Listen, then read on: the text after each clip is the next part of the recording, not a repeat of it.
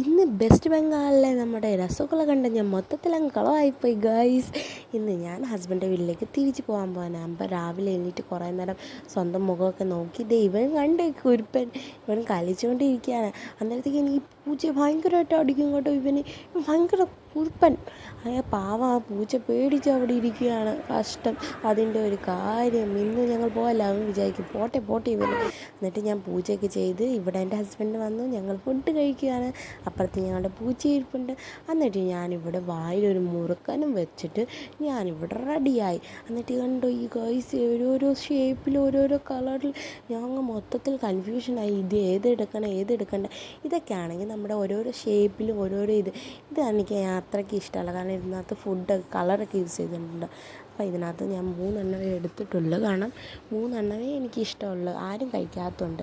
പിന്നെ ബൈക്ക് വന്നതുകൊണ്ട് ഇവനങ്ങ് കിടന്നുറങ്ങി. ഇതിനെയും കിടത്തി ഞാൻ എൻ്റെ നാഷണൽ ഡ്രസ്സിലേക്ക് ഞാൻ വന്നു ഗൈസ്. Okay bye.